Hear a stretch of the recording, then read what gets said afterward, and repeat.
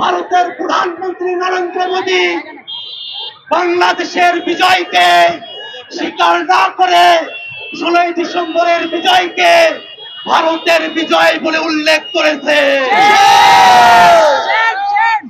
আমার 2024 সালে আজকে ফ্যাসিবাদ মুক্ত আধিপত্যবাদ মুক্ত এক বিজয় দিবসে দাঁড়িয়ে ভারতের প্রধানমন্ত্রীর বাংলাদেশের স্বাধীনতা দিবসকে নিয়ে এমন হীন বক্তব্যের আমরা প্রতিবাদ জানাই।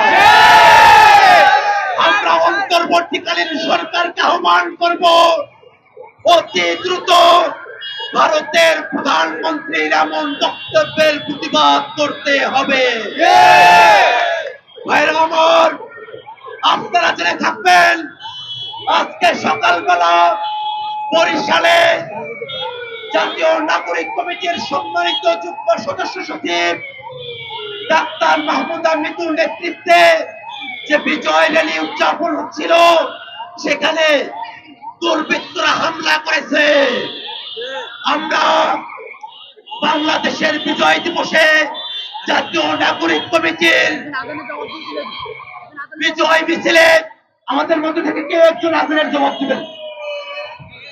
বাংলাদেশের বিজয় দিবসে জাতীয় নাগরিক কমিটির বরিশাল প্রতিনিধিদের উপরে হামলার তীব্র নিন্দা এবং প্রতিবাদ জানাচ্ছি।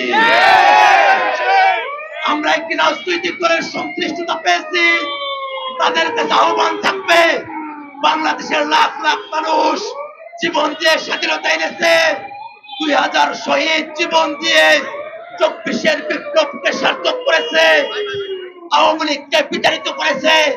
আপনারা যদি ভেবে থাকেন আপনারা তরুণদের বিরুদ্ধে গিয়ে বাংলাদেশে টিকে থাকবেন, আপনাদের এই দুঃস্বপ্নকে আমরা বাস্তবায়ন করতে দেব না।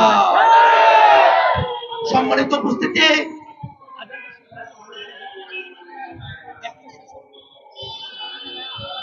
শেষ হোক।